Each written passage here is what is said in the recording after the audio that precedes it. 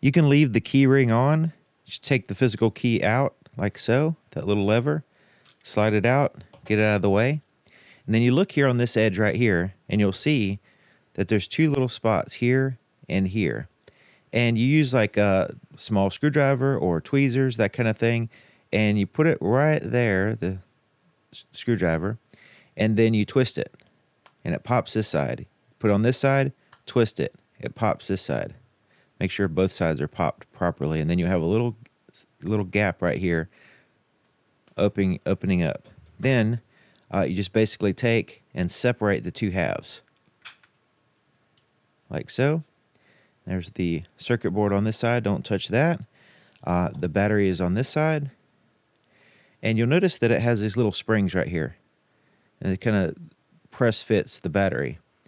So what you want to do is just kind of lift up. It's not like real heavy duty springs or anything. It just kind of gives a little bit of tension, so it's just barely in there. So once you lift it up like so, you can take it out and replace the battery.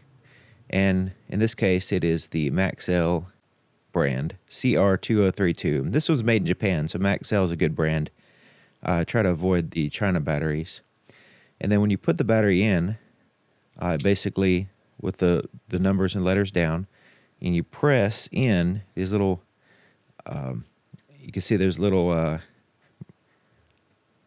little springs there have to be compressed. You want to start on this side like so, and then you push it in, and it compresses those springs, and then push it down. Then to put it back together, you just kind of line it up, and you push it together. Start here at the bottom, like so, and without pushing the buttons, you just kind of snap it in place all the way around.